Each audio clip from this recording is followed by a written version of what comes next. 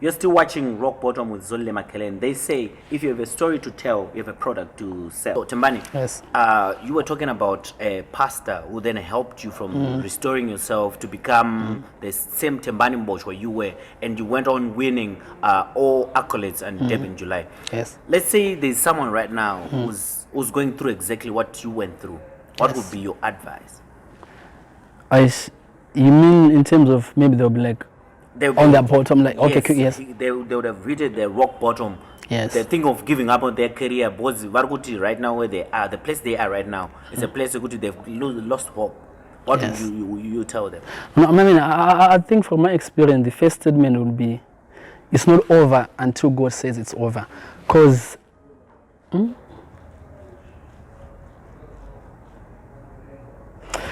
know, for my experience, man, it was so personal to that extent that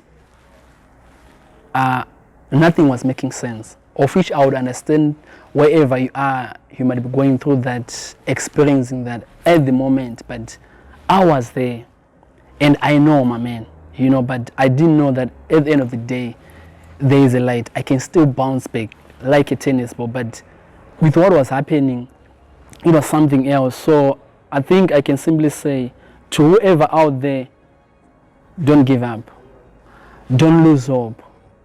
That situation, whatever it is, it's not permanent.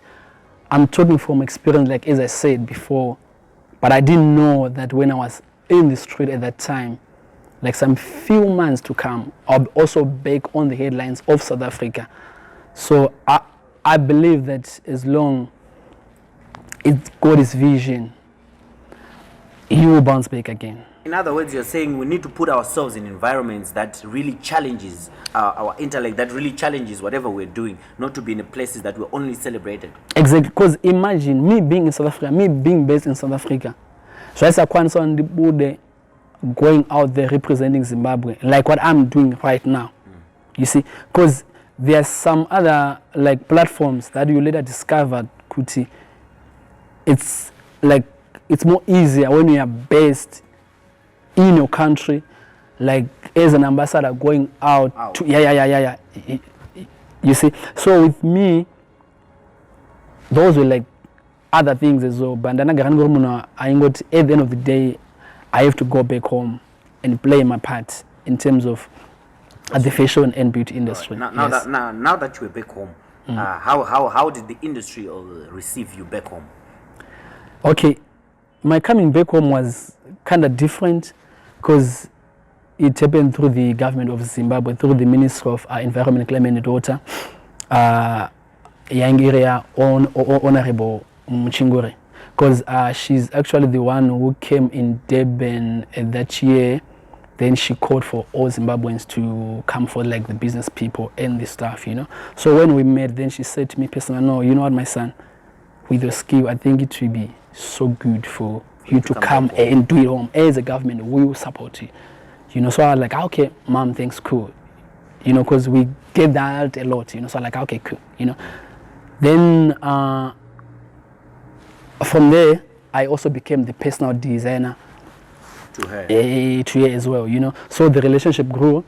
Then there was an issue that happened with our elephants and the stuff, you know. So I said, you know what? Because at that year, I was also the Zimbabwe Designer of the Year, you know, but I was still based in SA. So I was like, I think with my title, I can just do something to send a message to people about the elephant. Yeah, you know, the conservation area, you know. So I talked to her, then she said, that would be awesome. What can you do? I said, no, I think with me, the voice that I have is only fashion. So I'll just use my lane. You know, so that's when the elephant race came forth, you know. So from the launch of the elephant race, then the government said, I think you should come back home. Then that's when I was appointed the Zimbabwe Elephant Ambassador. The ambassador was Impacts and so forth, you know. So they assisted me in terms of coming back home. Then I started working with the ministry. I'm still working with the ministry, traveling with the minister, with the elephant race, like going like all over the world. Just like pushing the agenda for Zimbabwe elephant conservation, you know. But after that, I'm a do Zagavurika like to the last, you know, because what I did was as a creative, I quickly saw a gap. So I was like, okay, cool, let me come up with a presidential collection. So I came up with the presidential collection, like for you know, then automatically clientele ministers and from the top. After your experience, you once did that. Okay, cool. Then you went in the streets. Now you're back. What would be your advice for you to try and maintain, not to go back on the rock bottom? What would be your advice to whoever is out there? Yes, you know, I think you need to be very careful with people around you. That's one most important thing. So I wouldn't love like other people to also go through that, especially those very, very close. You know, like just watch your back. Yeah, I think that's my main advice on that one. Could you always watch your back? Not everyone around you really is there to support you. Because it's easy for those closer to you, around you. Because you just open up to them, you know, and it's easy for them to just nail you like that. Thank you so much, Tembani, for affording us your time. I understand you're the one behind Japreza's dressing.